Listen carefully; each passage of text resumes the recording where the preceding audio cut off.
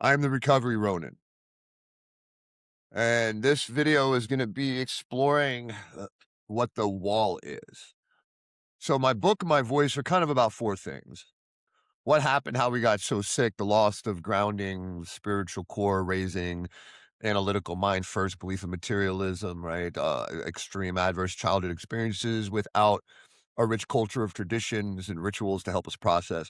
Two, our bad approaches, thinking it's a willpower issue, weaponizing fear, guilt, and shame to think that's what transformation is, that abstinence or that the house's stability is the same thing as transformation and entering the house of creation.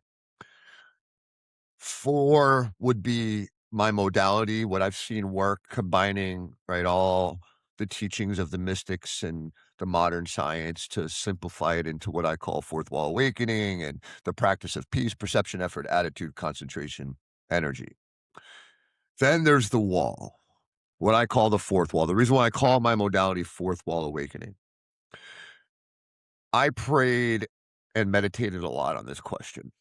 Why did we go from 50 to 75% success rates when AA was all on its own and there was no real industrial treatment complex? There was no tens of thousands of experts, right? We were giving people frontal lobotomies, and 50 to 75% of people in the 30s, 40s, and 50s were finding lasting freedom from alcoholism. And now, low single digits. That's just the truth, right? Most addicts either completely give up, die, or live in their disease, right? Go talk to the homeless. They know everything about recovery. Um, or we cycle through relapse and fighting and relapse and fighting our whole lives. Very few of us get lasting, even abstinence from our addictive behaviors, or our chronic stress diseases, which are all healable. And so when I asked and I prayed, why, with all that we have, 17,000 plus treatment centers, hundreds of thousands of meetings, right? $200 billion a year spent on substance and mental health treatment, why are so few of us finding success? Because as a clinician and a member of the community, I know people want to change. The most desperate group of people who have ever existed that want personal transformation, without a doubt, are addicts and alcoholics, right? You can just say addicts. It's the same thing. Let me try to lower the light source here. And I ask that question a lot. Like I work with my patients. I see the people coming in. Everybody wants freedom. Why do we struggle so much to change? And it always gave me the same answer. Everything I read, everything I studied, when I pray, I meditate, I always come back to the exact same answer. And we have a cliche for it that I didn't understand for a very long time. Would you rather be right, or would you rather be happy? The original title of my book was Beyond the Cliches because I break down our misunderstanding of cliches and what they actually mean. I've changed the name a few times as I've advanced my understanding of what I'm trying to achieve with my book, my voice, and my message. So we're going to explore what this actually means, right? Because I actually have a diagnosis for what we're dealing with. And I'm going to explore it deeply here. This is kind of the introduction to this chapter, right? Would you rather be right or would you rather be free, is how I see it now. If the need to be right is the barrier, then the question becomes pretty simple, right? And pretty uncomfortable to explore. Where are you most unwilling to be wrong? Is it your past? The story you tell yourself about your parents, your childhood, that your parents were just bad, they were absent, they're the reason you are the way you are. And that's probably true. And maybe they were, maybe it is. Or maybe they were damaged too and really did the best they could with what they knew and what they had. Maybe you were hurt in ways no one should be. And there's a very real likelihood that if you're struggling now with addiction, eating disorder, self harm, deep emotional issues, or pain, you were victimized. But here's the question a lot of us never ask: does that mean you have to stay a victim? Now, I can't answer that question for you. I'm not going to try because I believe only you can find the answer. And I really believe only you should be the one asking it of yourself. But it's a question that takes a lot of courage, a lot of patience, trust to sit with, because courage isn't just like pushing forward. It's trusting the process of challenging what you believe about yourself. It's trusting that something different might come out on the other side. That healing is possible, even if you've tried and feel like you failed. Believe me, I know what it's like to fight for your freedom and still feel trapped. I see your effort. I know the difficulty in challenging these things and doing the same things anyways, right? You challenge them, you want to change, and you wind up right back where you started over and over. And I know what it's like to feel like no one believes you even care or that you're even trying to change. And I know what it's like to start believing maybe this is just who I am, right? That you want to just give up and be like, okay, this is who I'm going to be the rest of my life. So the real questions aren't which story is true, it's which ones keep you stuck. Asking yourself, do I have the power in me to fight again, even when it feels like I'll fail? Do I matter enough to seek truth beyond my ego's righteousness? Right? Or what else are you willing to be wrong about? What about your own story? Not just what was done to you, but what you've done to yourself. The way the pain turned inward, the judgments you absorbed that you made your own, the voice that tells you you're not enough, that you'll fail, that you can't trust anyone because deep down you don't even trust yourself. I understand it, and I know why so many are scared of challenging these stories, of challenging how what happened to you becomes the way you treat you, how the abandonment, the neglect, the anger, the betrayal doesn't just live in the past, it lives in your reactions, your choices, your expectations of relationships and the future. So now it's not just a memory, it's a lens. You don't just remember the pain of our past, you project it forward. You expect it. You prepare yourself for it. Your brain does this naturally.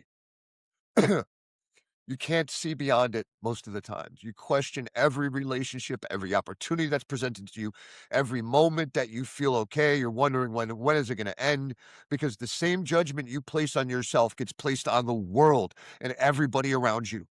And that's the trap. Not the past itself, but the way it teaches us to keep reliving it, the way it convinces you this is just who you are. This is what life is, and anything different can't be trusted. That's what keeps us stuck. Not what happened, but how it still lives through you. What else can we be wrong about? Right? We're challenging the need to be right. And I'm challenging what does this mean? What else are you willing to be wrong about? What about fear? Not just the idea of fear, the real thing. Snakes, spiders, heights, rejection, public speaking. Do you avoid it or do you lean in? Because fear isn't just something you feel, it's something you reinforce or something you choose to dissolve. And every time you choose comfort over courage, you're not just avoiding fear, you're strengthening it. Just like an excuse. Every time you believe it, the story of procrastination, of laziness, of I'll do it tomorrow, you're reinforcing it. And I've seen what happens when people face it in real time, right? Doing rock climbing or cold plunging or paddle boarding with women or men that have been encouraged by the people around them for a very long time. Just that little bit of encouragement I'll give them. They'll try to quit on the wall. I'm done, let me down. And I go, you got this. Just give me one or two more steps. And they'll climb the whole wall. I've seen it so many times. And the look on their face because they overcame a fear. Like, I did it. I can do this. Right? Or are we going to fight to stay stuck? Are you going to be right? Or are you going to choose to lean into fear? And then there's the one that almost no one wants to touch. Your beliefs about the world, your opinions, your politics, right? The places where being right stops being an idea and becomes your identity, where your algorithm quietly feeds you exactly what confirms you over and over until it feels like complete truth. And it feels good. It definitely does. It feels really good to hear someone say it just right. The YouTuber with the same anger, the TikToker with the same certainty, the same emotion you already carry, right? They reinforce it. You want to send the video to everybody, see how right I am? But let's be honest. You don't know everything. These TikTokers certainly don't. Neither do I. The only thing I'm ever right about is I'm never right about anything. None of us know all of it. Another thing I'm only right about is how easy it is to feel right. Gosh, I noticed my anger. Like, it's so intoxicating to justify your anger and blame other people and play it in your head over and over how they're wrong, how you gotta convince them what happened is their fault. It's so intoxicating, and it's so uncomfortable to say, "Maybe I'm being selfish. Maybe I deserve this." It's not easy, and if you've never seriously questioned where your beliefs come from, how they are shaped, why they feel so true, and how often they've changed, then you're not holding truth. You're holding conditioning. And I know it's scary to admit this to ourselves, and I know you're going to get angry and defensive. That's not an attack. It's just reality. The ego clings hardest when it feels most certain. That's why it's so easy to believe I've got the good information. I'm the one who sees things clearly. I'm the one not being influenced. I'm the one not propagandized. I know the right stuff. I got the right tuber, the right TikToker, the right Instagram algorithm. And yet, most of what we defend is just repeated language, talking points, ideas we picked up, absorbed, and started wearing like they were ours. God, when I first realized this, it was so uncomfortable. All my opinions were given to me. I didn't critically think information about myself, about the world, about my past, and try to elevate perspective and attitude. I just took what sounded right and cool and made it my own and projected it to everybody like a character. That's the uncomfortable truth. And if you've never seen that in yourself, then you're still inside of it. If you haven't mapped this, then you are the sheep, and it's okay. We all are. The only difference is the very few of us have the capacity and the courage to be honest about it with ourselves. There can be a turning point. The moment you start to wake up, you realize how much of what you thought was you wasn't actually yours. And it's very unsettling, and it should be. It shakes your confidence. It challenges your identity. It forces you to slow down a little bit and actually think, not react, not repeat, but think in that space, mapping your inner landscape. And that's where most people stop because it's easier to defend what feels right than to question it. It's far more intoxicating to defend the anger than admit you're wrong or that you're overreacting or you just don't know. It's easier to stay certain than to stay curious. That's the trap, right? It's not just ignorance. It's the way we defend our ignorance. That's what this is about.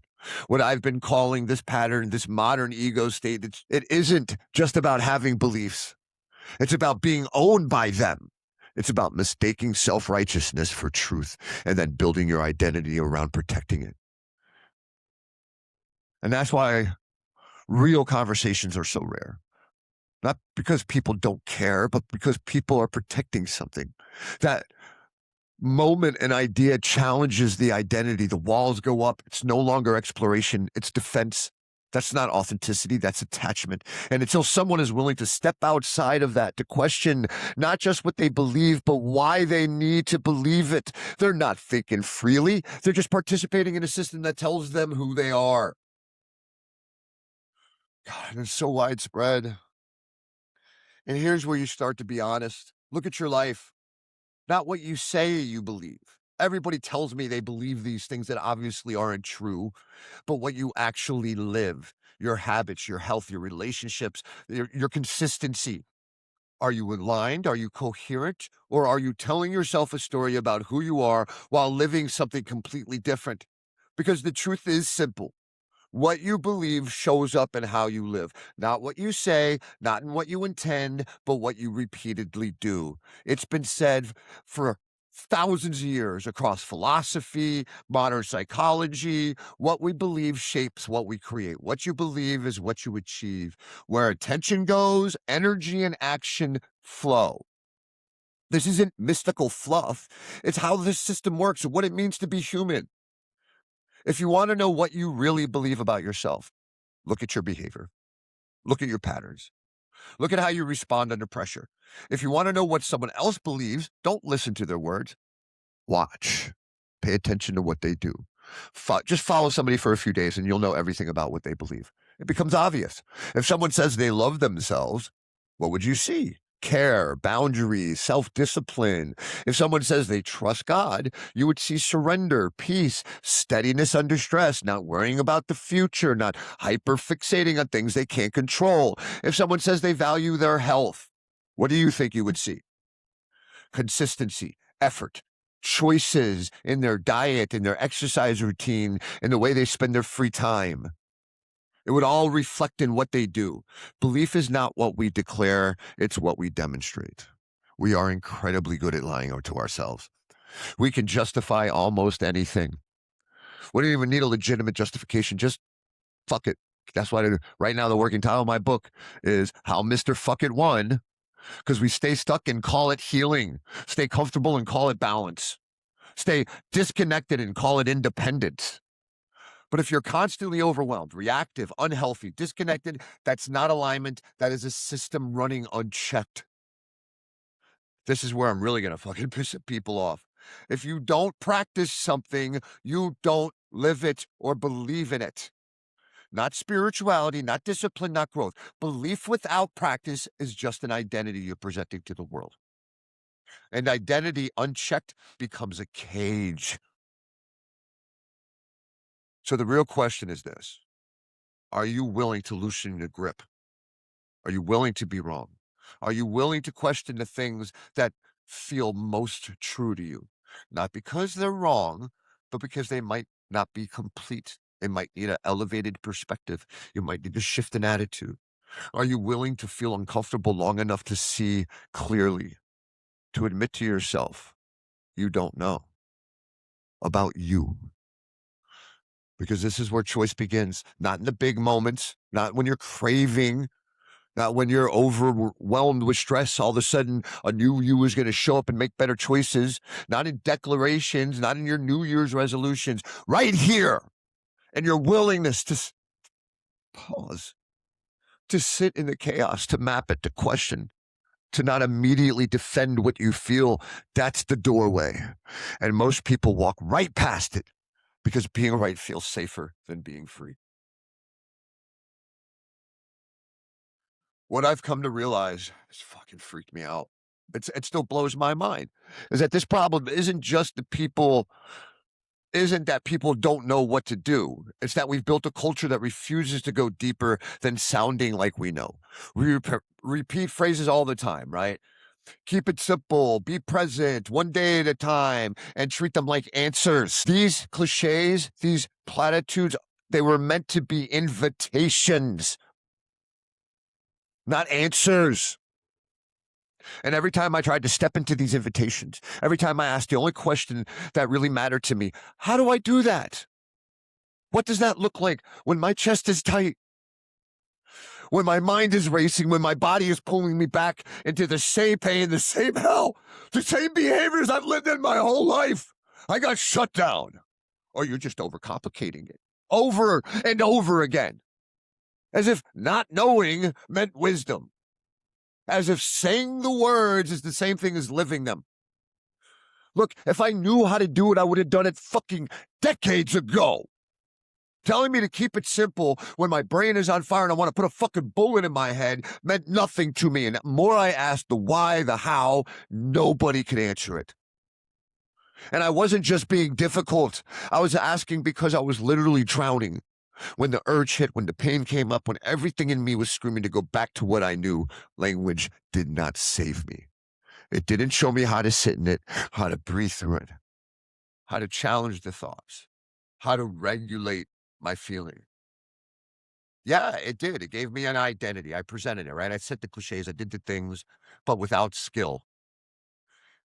And what I started to see painfully clear is that most people didn't have the path either. They had the phrases, the confidence in what they were saying, the certainty, the performance, but not the practice, not the skills, not the tools, not the embodiment of these principles.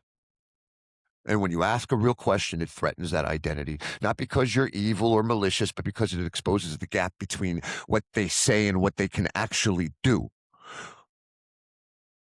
What shocked me even more, this is so crazy, was realizing how far this goes beyond addiction. It's everywhere. People who present themselves as informed, intelligent, even authoritative, speaking with absolute certainty about things they barely understand. And I saw it because I saw it in myself first. I mapped it. I thought I was thinking, but I was echoing.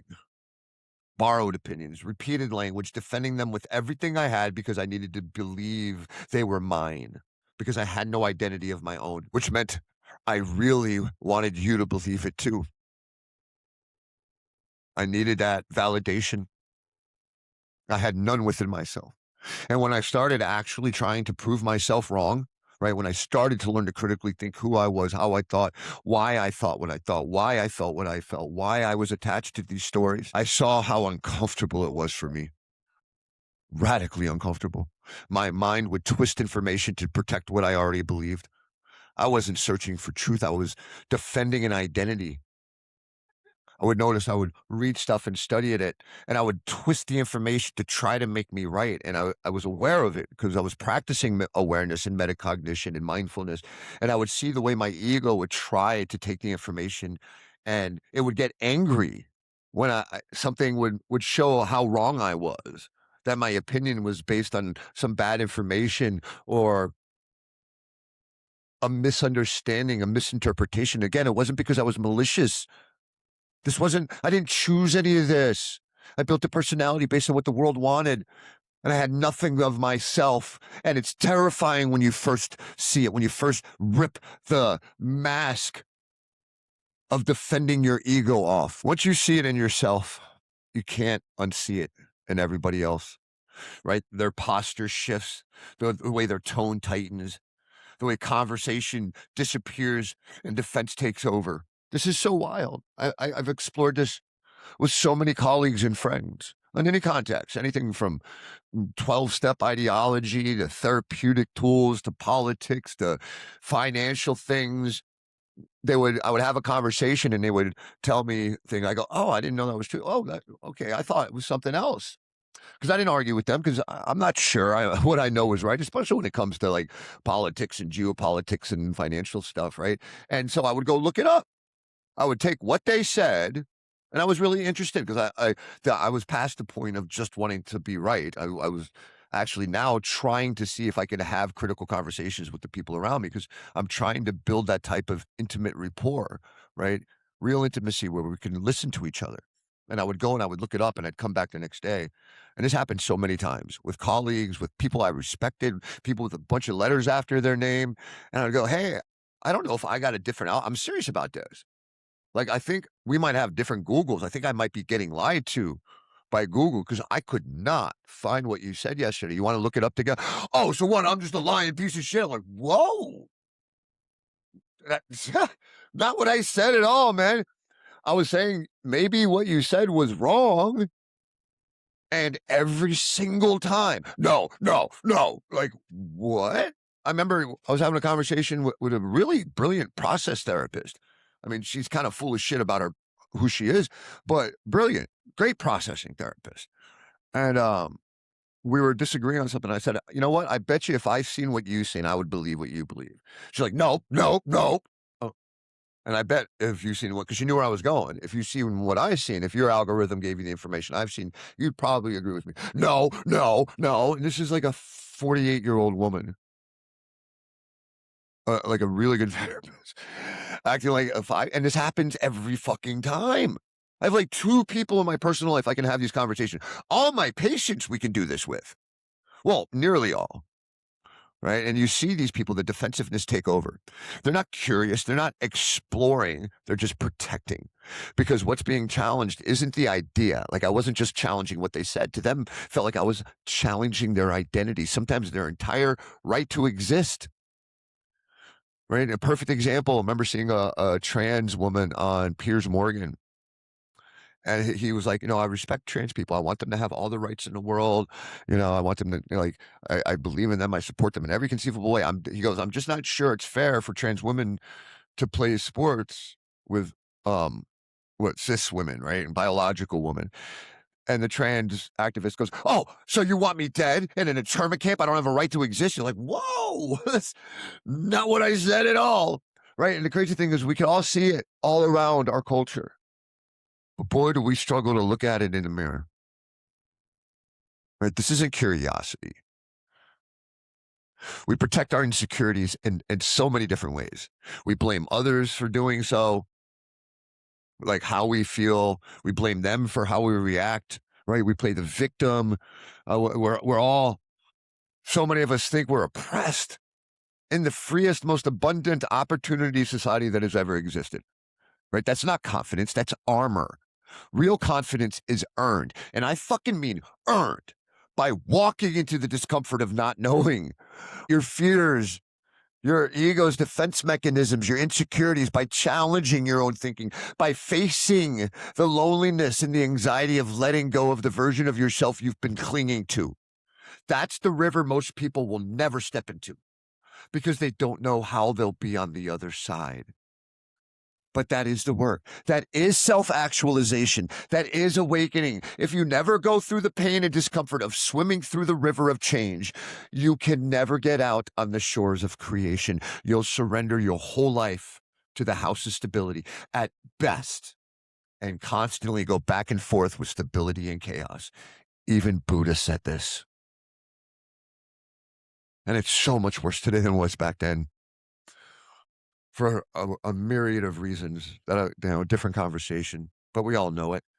Now here's the massive neon light no one really wants to contend with. You are a human being. You have a brain, you have a nervous system, you have pathology. You do not live in free will the way you like to pretend. If you don't understand how Mr. Fuck It operates in your life, how it lies to you, tells you who you are, convinces you to throw away your time, your potential, your relationships, and keeps you locked in the same patterns of thinking, feeling, and reacting, then you haven't even started. This is the hard one. If you got 20 years in recovery, 20 years clean, and you can't tell me how you've mapped your ego, you can't tell me how your opinions changed, why they changed, how wrong they were, not about substances, not about your addiction, about you, your past, how you relate to the future, others, how you see yourself. Because till you can see that, till you can see that voice, map it, challenge it, it is running you. And if it's running you, then you're not being authentic. You're living out a script. You are Mr. Fuck It pretending to be you.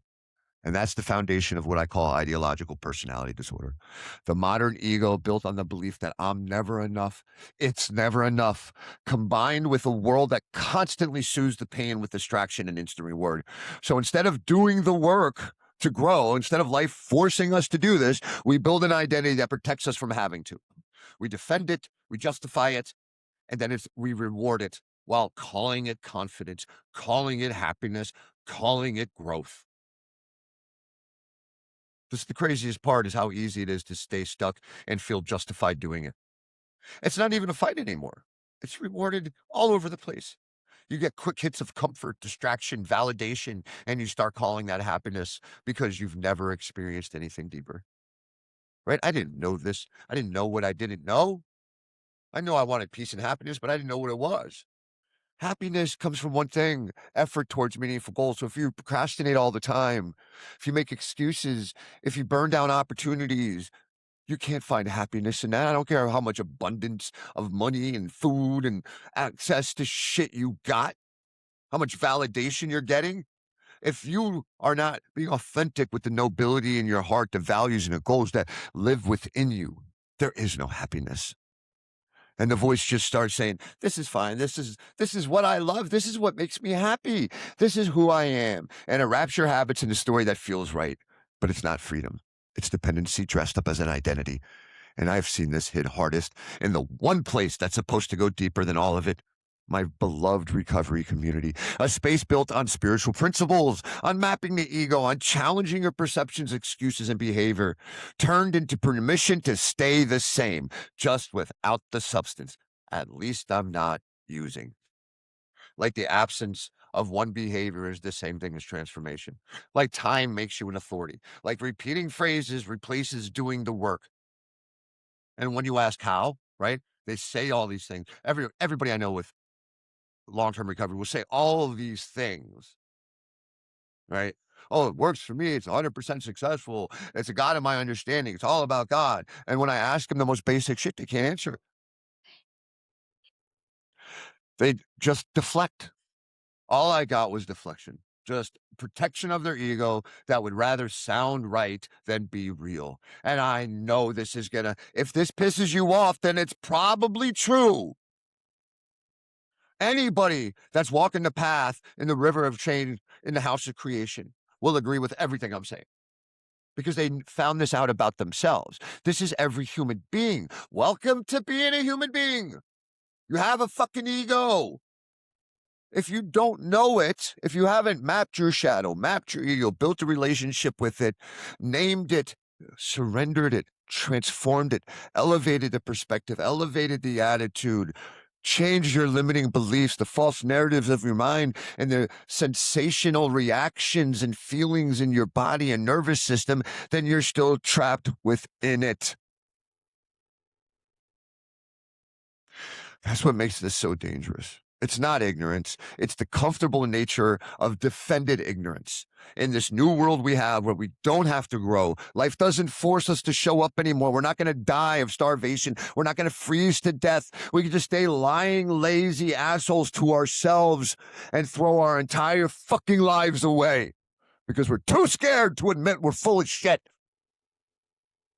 That's the nature of being a human being. I'm full of shit. I never am sure I know what I'm talking about, even things I'm an expert on.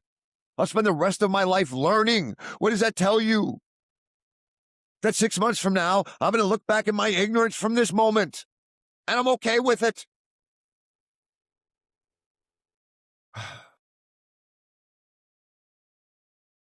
This this new environment we have that rewards it